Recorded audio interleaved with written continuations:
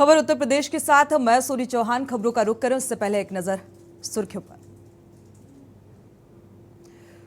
उत्तर प्रदेश विधानसभा के सत्र का आज दूसरा दिन। महंगाई और अन्य मुद्दों पर सपा कर सकती है भारी हंगामा।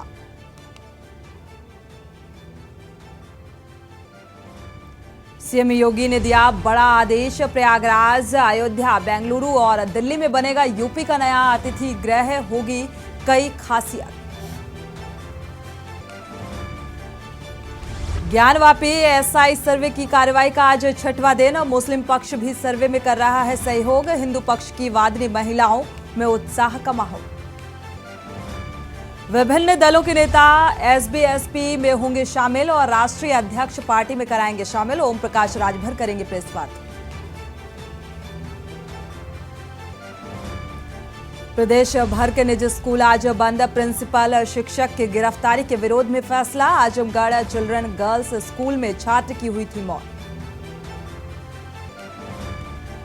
और अतीक अहमद की पत्नी शाइस्ता परवीन भगोड़ा घोषित। घर पर यूपी पुलिस ने लगाया नोटिस। उमेश पाल हत्याकांड के बाद से ही शाइस्ता फरार थी।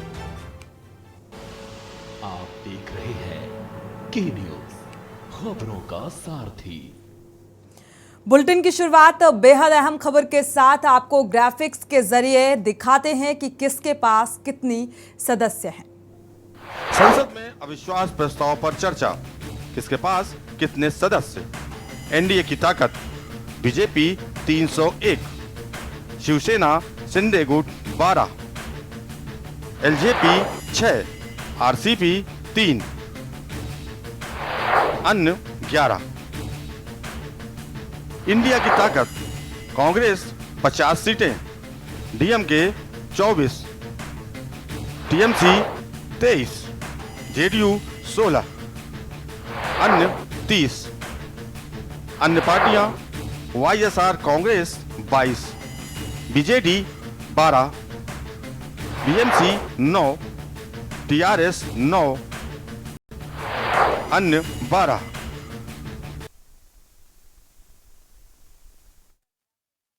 आपको दिखाते हैं कि लोकसभा में पारित अविश्वास प्रस्ताव के इतिहास को कब, कैसे और किसने, किसके खिलाफ सदन में पेश किया गया अविश्वास प्रस्ताव।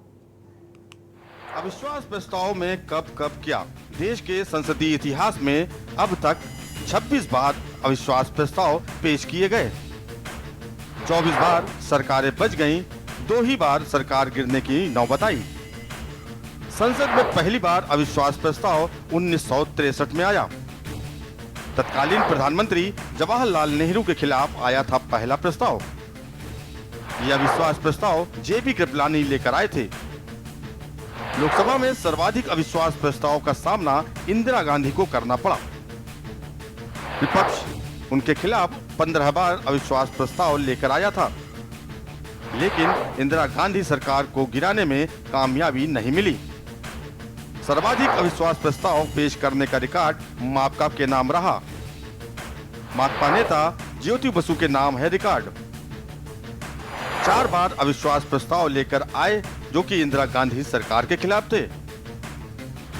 विपक्ष के अविश्वास प्रस्ताव को पहली सफलता 1978 में मिली थी। इस वर्ष मोरारजी देसाई सरकार के खिलाफ 2 बार अविश्वास प्रस्ताव लाया गया। पहली बार तो सरकार बच गई, लेकिन दूसरी बार सरकार गिर गई। मत विभाजन से पहले ही प्रधानमंत्री पद से देसाई ने इस्तीफा दे दिया। इसी तरह 1999 में जब अन्ना द्रमुक प्रमुख जयललिता ने अटल सरकार से समर्थन वापस लिया, तब अटल बिहारी सरकार को लोकसभा में अविश्वास प्रस्ताव का सामना करना पड़ा। अटल बिहारी की सरकार 1 वोट के अंतर से गिर गई थी। प्रधानमंत्री नरेंद्र मोदी की सरकार के खिलाफ ये पहला अविश्वास प्रस्ताव है। 2014 में स्पष्ट बहुमत के साथ बनी मोदी सरकार के कार्यकाल में पहला प्रस्ताव है।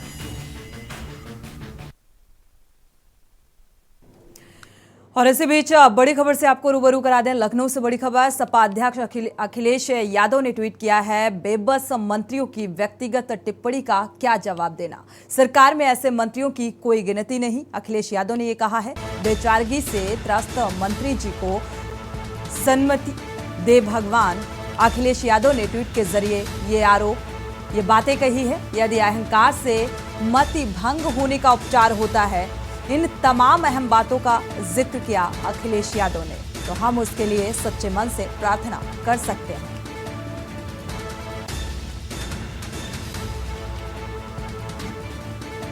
तो सरकार में ऐसे मंत्रियों की गिनती नहीं है। ट्वीट के जरिए अखिलेश यादव ने ये आरोप लगाए। शक्तिहीन बेबस मंत्रियों की व्यक्तिगत टिप्पणी पर क्या जवाब देना। बेचारगी से त्रस्त ऐसे मंत्री जी को सद्बुद्धि दे भगवान।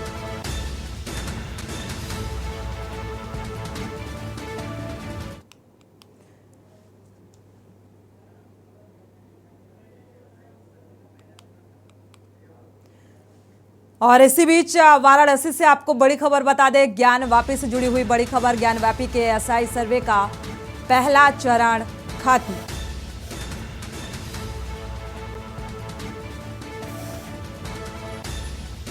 लंच के बाद फिर से शुरू होगा ज्ञानवापी का सर्वे। दोपहर करीब 2:30 बजे से शुरू होगा दूसरे चरण का सर्वे, क्योंकि पहले चरण का सर्वे समाप्त हो चुका है। आज पहले चरण का एसआई सर्वे खत्म हुआ और दूसरे चरण के सर्वे की शुरुआत दोपहर 2:30 बजे से होगी।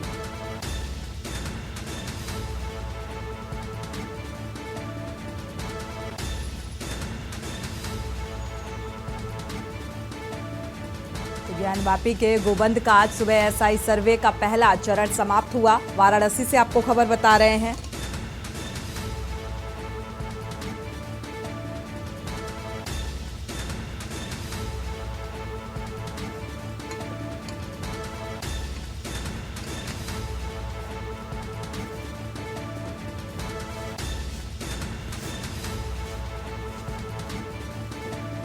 और दोपहर 2:30 बजे दूसरे चरण का सर्वे होगा। और इसी बीच लखनऊ से आपको बड़ी खबर बता दें। 5 लोगों की मौत का मामला सामने आ रहा है। मामले में कंपनी मालिक व मैनेजर पर केस दर्ज किया गया है। बीबी के जुग्गौर इलाके में 11 मई को ये धमाका हुआ था। ई रिक्शा की बैटरी चार्ज करते समय ये धमाका हुआ था। धमाके से 5 लोगों की दर्दनाक मौत हो गई थी। मामले में 3 महीने बाद मुकदमा दर्ज किया गया। खराब बैटरी के कारण यह धमाका हुआ था। 5 लोग इस धमाके में काल के गाल में समा गए। पुलिस नए सिरे से मामले की जांच पड़ताल में जुटी हुई है। 3 महीने बाद मुकदमा दर्ज किया गया था इस मामले को लेकर। अब नए सिरे से इस मामले की जांच पड़ताल शुरू होगी और इस जांच पड़ताल में क्या कुछ निकलकर सामने आएगा, ये फिलहाल देखना होगा। पुलिस नए सिरे से मामले की जांच पड़ताल में जुटी है।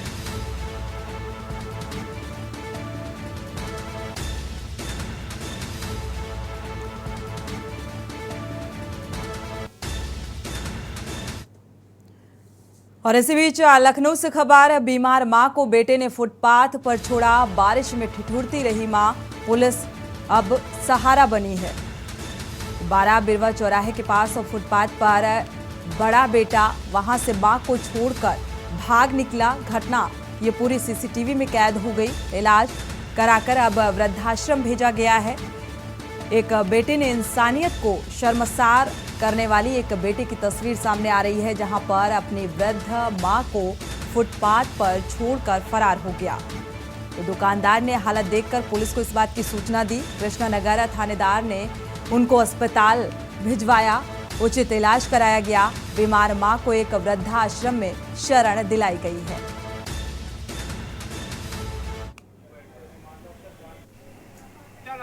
क्या बताएं, कलयुग है, कुछ जाओ।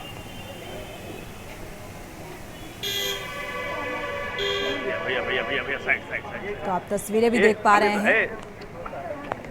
चलो हम आगे चलो थोड़ा साइड हटो।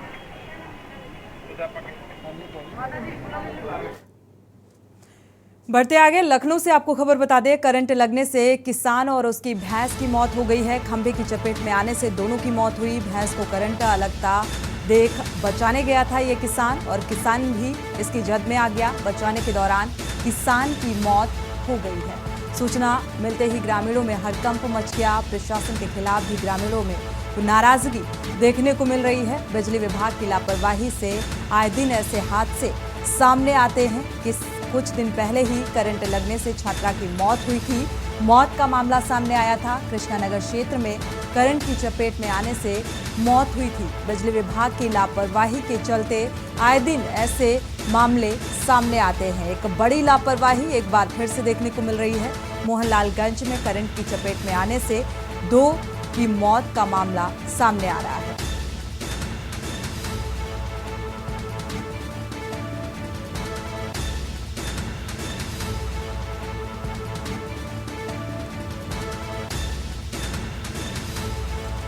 बिजली विभाग की एक बड़ी लापरवाही के चलते लगातार ऐसी तस्वीरें सामने आती हैं। किसान करंट की जद में आने की वजह से इस किसान की मौत हो गई।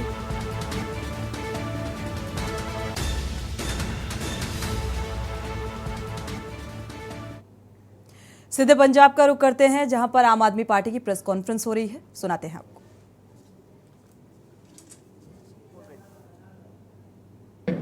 कि किस तरीके से लगातार पहले तो सीटी का मामला अदालती पेचों में फंसा रहा। लंबे समय से लोग, खासतौर से जो युवा हैं और उन युवाओं के परिवार हैं, वो इंतज़ार में थे कि हमने बच्चे पढ़ा लिखा दिए, अब वो नौकरी लगेंगे। लेकिन किस तरीके से बार बार पात्रता के मापदंड बदले गए, किस तरीके से कोर्ट का इंटरवेंशन हुआ, वो आप बखूबी जानते हैं। और उसके बाद जब ये एग्ज़ाम कल हुआ कोर्ट के इंटरवेंशन के बाद, उसमें किस तरीके से जो सवाल है वो दोहराए गए, ये आप सबने देखा है।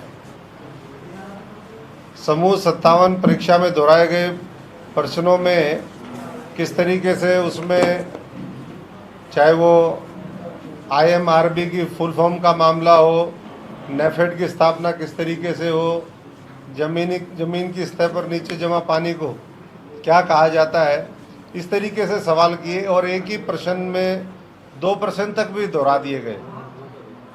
और HSSC चेयरमैन जिनको संपर्क करने की कोशिश करी, उनका भी फ़ोन नॉट रीचेबल आया। तो हम तो इतना ही कहेंगे कि ग्रुप 56 और 57 उसमें 41 जो सवाल हैं वो रिपीट हुए हैं।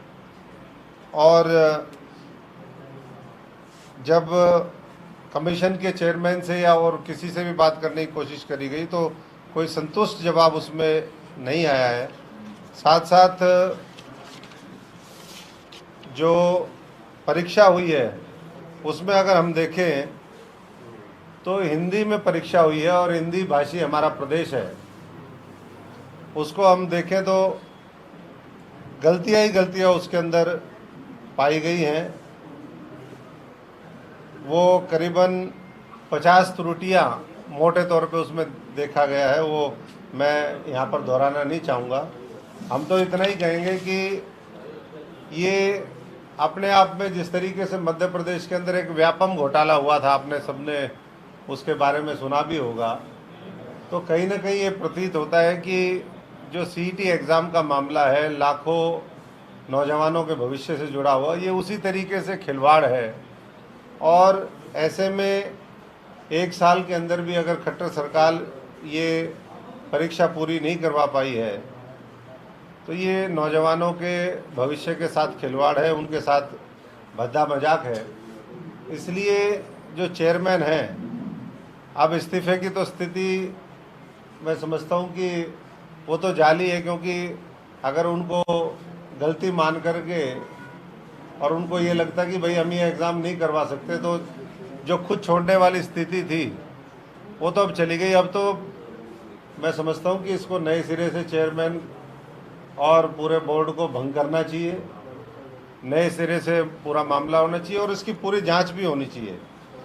और CET एग्ज़ाम के 17 जून 2022 को ये हुए थे और जुलाई 22 तक का इसके तहत ये भरे जाने थे मामला। लेकिन आज भी करीबन 1 साल से ज़्यादा पूरा होने के बावजूद भी, और बार बार हाई कोर्ट ने इसके मामले के अंदर फटकार लगाई, चाहे वो डबल बेंच हो चाहे सिंगल बेंच का मामला हो। ऐसे में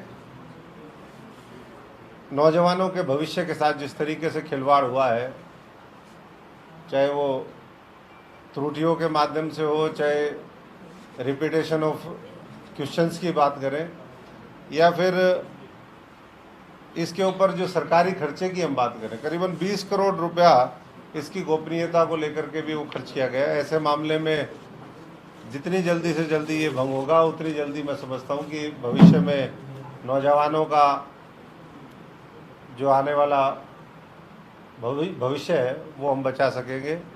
मैं इन्हीं शब्दों के साथ सभी साथियों का एक बार फिर धन्यवाद करता हूँ। हमारे बीच में हमारे पंजाब के मंत्री भुल्लर साहब हैं, वो भी अपनी बात रखेंगे। आप सब जानते हैं कि आम आदमी पार्टी अरविंद केजरीवाल जी ने, भगवंत मान जी ने पंचकुला से इंद्रधनुष ऑडिटोरियम में शुरुआत की थी पिछले महीने 9 तारीख से, और बीच में बाढ़ की स्थिति आई, और इस बीच में आम आदमी पार्टी ने जहां बाढ़ और दूसरे राहत कार्यों में जो मदद हमारी हो सकती थी वो हमने कोशिश करी। अब हमारा बिजली आंदोलन वो पूरे हरियाणा के अंदर हर गांव में, पूरे 90 की 90 विधानसभाओं के अंदर सभी ज़िलों में वो चल रहा है। और बिजली किस तरीके से आम आदमी पार्टी अरविंद केजरीवाल जी के नेतृत्व में, भगवंत मान जी के नेतृत्व में दिल्ली और पंजाब में कैसे हम फ्री बिजली देते हैं, 24 घंटे बिजली देते हैं, उसके बारे में और तमाम दूसरे मुद्दों के बारे में चर्चा करेंगे आदरणीय भुल्लर साहब। मैं धन्यवाद करता हूं अपने भाई अशोक तंवर जी का, जो हरियाणा के नेता है हमारे आम आदमी पार्टी के। और मैं आप सभी से ये बताना चाहता हूं कि अगर नीयत और नीति अच्छी हो तो सभी कुछ संभव हो सकता है। जैसे पंजाब में मुख्यमंत्री सरदार भगवंत सिंह मान जी की सरकार अच्छी तरह से चल रही है।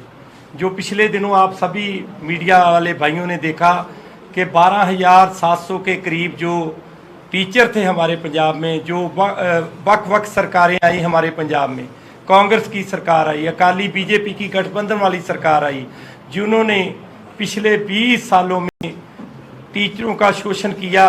3500 5,000 रुपये प्रति माह के हिसाब से उनको तनख्वाह दी जाती रही, और वो अध्यापक यही सोचते रहे कि हम कभी भी पक्के नहीं हो पाएंगे। और सरदार भगवंत सिंह मान जी ने, मुख्यमंत्री पंजाब ने, अच्छी तरह के कोई कानूनी अड़चन ना बने, सभी टीचरों को रेगुलर किया, पक्का किया, और उनकी तनख्वाह भी 23,500 रुपये के करीब कर दी, जिससे वो 12,500 परिवार। तो लालजी सिंह तंवर को आप सुन पा रहे थे। आपके मंत्री, उन्होंने तमाम अहम बातों का जिक्र किया और साफ तौर पर नौजवानों के भविष्य के साथ खिलवाड़ करने का आरोप लगाया है खट्टर सरकार पर ये आरोप, और साथ ही पात्रता के मानक पर हस्तक्षेप लगातार किया जा रहा है, नौजवानों के भविष्य से खिलवाड़ किया जा रहा है। इस ओर सोचना चाहिए, इस बात का भी जिक्र किया। यहाँ रुकेंगे एक छोटे से ब्रेक के लिए, लौटेंगे जल्द। आप देख रहे हैं के न्यूज, खबरों का सार। ब्रेक से वापस आ रहे हैं। लखनऊ से आपको खबर बता दें, सुभाषपा अध्यक्ष ओम प्रकाश राजभर की प्रेस वार्ता। सुभाषपा अध्यक्ष ओम प्रकाश राजभर का बयान सामने आया। प्रेस वार्ता कर ये बयान दिया। कई दल के लोग सुभाषपा में शामिल हुए। धर्मेंद्र राजू यादव सपा से सुभाषपा में शामिल हुए। आरवर कांग्रेस से सुभाषपा में शामिल हुए हैं, यानी कि सुभाषपा का दामन थामा। डॉक्टर सर्वेश ओझा पूर्व डीआईजी सुभाषपा में शामिल हुए हैं। तो इन तमाम नामों का जिक्र प्रेस वार्ता कर जाहिर किया है। सुभाषपा के बढ़ते कद से सबसे ज्यादा सपा परेशान है। समाजवादी पार्टी के कुछ प्रवक्ता हैं, समाजवादी पार्टी के कुछ प्रवक्ता हैं जो फर्जी खबर, जिसको कहते हैं कट, क्या बताते हैं, कट पेस्ट, किसी वीडियो को तोड़ मरोड़ करके पेश करना। एक वीडियो मेरे संज्ञान में परसों आया कि जिसमें समाजवादी पार्टी के प्रवक्ता, एक जिम्मेदार व्यक्ति जो 420 फराटगिरी का काम करते हैं, उन्होंने अरविंद राजभर के वीडियो को कट पीस बना करके कि अखिलेश यादव जी को गोली मारने तक का ऐसा वीडियो बना डाला जो पूरे प्रदेश में वायरल कराया। बढ़ते आगे लखनऊ से आपको खबर बता दें, दुकान में चोरी करते हुए सीसीटीवी कैमरे में चोरी करते हुए चोर कैद हुआ। दुकान के बाहर चोर लगातार पैसे निकाल रहा था और ये पूरी घटना वहां लगे सीसीटीवी में कैद हो गई।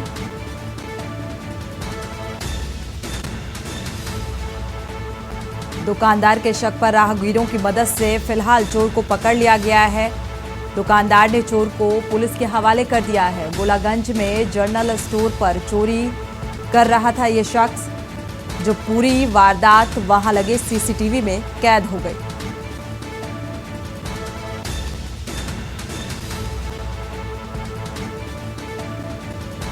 फिलहाल इसे पुलिस के हवाले कर दिया गया है। प्रशासनिक स्तर पर आगे की कार्रवाई जारी है।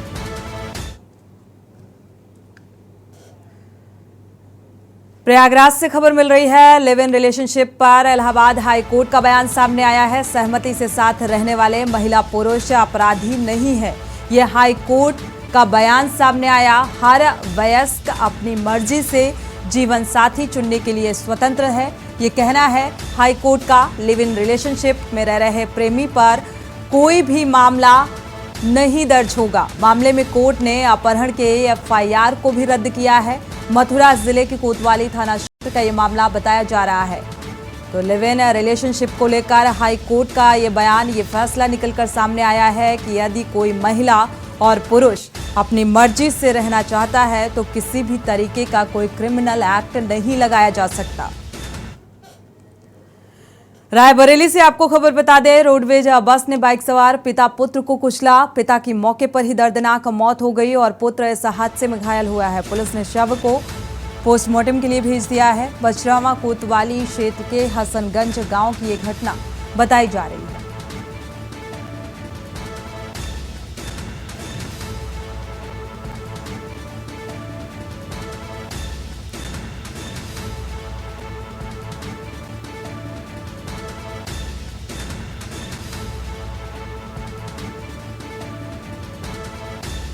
तो बेहद दर्दनाक हादसा सामने आया। पिता की मौके पर ही मौत हो गई, पुत्र इस घटना में घायल हुआ है। हालांकि उपचार के लिए अस्पताल में भर्ती कराया गया।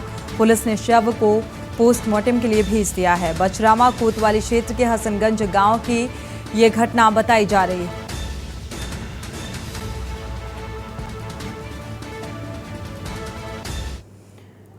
और एक बार फिर से लोकसभा का रुख कर लेते हैं, जहां पर अविश्वास प्रस्ताव को लेकर लगातार घमासान मचा हुआ है। निशिकांत क्या कुछ इस बीच कह रहे हैं लोकसभा में, आपको सुनाते हैं। चल रहा है, जो घर घर में पानी जा रहा है, जो नल जल की पहल चल रही है, जो गंगा से पानी देवघर आने की बात चल रही है, उसका ये विरोध है सर। इनका विरोध ये है कि बाइडेन ऑटोग्राफ क्यों लेता है। इनका विरोध ये है कि पापुआ न्यू गिनी का जो है प्रधानमंत्री उनका पांव क्यों छूता है। इनका विरोध यह है कि ऑस्ट्रेलिया का जो प्रधानमंत्री है वो उनको बॉस क्यों कहता है। माननीय प्रधानमंत्री जी ने चाहे पिछड़े इलाके हो, चाहे देश हो, चाहे दुनिया हो, जितना काम किया है उसके कारण इनको लगता है कि 2024 में नहीं आने वाले। मैं अध्यक्ष जी अपनी बात महाभारत से खत्म करना चाहता हूं। महाभारत का एक बड़ा कहानी है सर कि द्रौपदी का चीरहरण हो रहा था और पूरे चाहे कौरव पक्ष के लोग हों चाहे पांडव पक्ष के लोग हों, वो सभी जो है चीरहरण को देख रहे थे। अध्यक्ष महोदय, आज माननीय प्रधानमंत्री जी, ये लोग नहीं समझेंगे सर, ये लोग इसीलिए नहीं समझेंगे कि माननीय प्रधानमंत्री जब परिवारवाद की बात करते हैं ना तो इनको लगता है कि परिवार की बात करते हैं। माननीय प्रधानमंत्री जी परिवार की बात नहीं करते हैं। वकील का बेटा वकील हो जाए क्या दिक्कत है। आईएएस का बेटा आईएएस होता है सर। यहां डीजी हैं आरपीएफ के, वो आईपीएस भी हैं, उनके दोनों बेटे आईएएस बने सर। जो अपनी योग्यता क्षमता के साथ आते हैं, परिवार को वो क्या कहते हैं। आज मेरे यहाँ का नेतृत्व क्या है। माननीय प्रधानमंत्री जी गरीब परिवार से हैं। माननीय नड्डा जी ये हैं जिनके परिवार में कोई पॉलिटिक्स भी नहीं था। माननीय राजनाथ जी बैठे हुए हैं, एक कॉलेज में जो है पढ़ाते थे सर, और आज समझिए कि इनको भगवान ने जो है पार्टी का राष्ट्रीय अध्यक्ष भी बनाया। डिफेंस मिनिस्टर है, होम मिनिस्टर हैं सर, जिनके आगे पीछे जो है कोई पॉलिटिक्स में नहीं है। हमारे जैसे लोग हैं।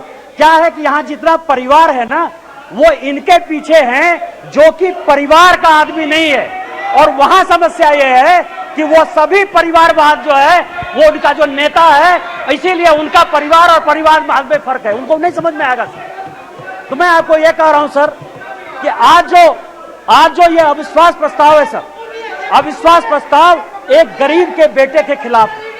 आज जो ये अविश्वास प्रस्ताव है उस आदमी के खिलाफ है जिसने कि लोगों को मकान बना के दिया। आज अविश्वास प्रस्ताव उस आदमी के पीछे है जिसने कि लोगों को पीने का पानी दिया। आज अविश्वास प्रस्ताव उस व्यक्ति के खिलाफ है जिसने शौचालय दिया। आज अविश्वास प्रस्ताव उस आदमी के खिलाफ है चलिए, तो लोकसभा में जोरदार हंगामा, मणिपुर का मुद्दा से जो हंगामे की शुरुआत हुई वो आज भी इस कदर जारी है, घमासान मचा हुआ है। जिस तरीके से डॉक्टर निशिकांत दुबे जो बीजेपी सांसद हैं वो जिक्र कर रहे थे कि अविश्वास प्रस्ताव जो है वो गरीब के खिलाफ है, गरीब के बेटे के खिलाफ है। इसी के साथ खबर उत्तर प्रदेश में फिलहाल बस इतना ही। आगे खबरों के लिए आप देखते रहिए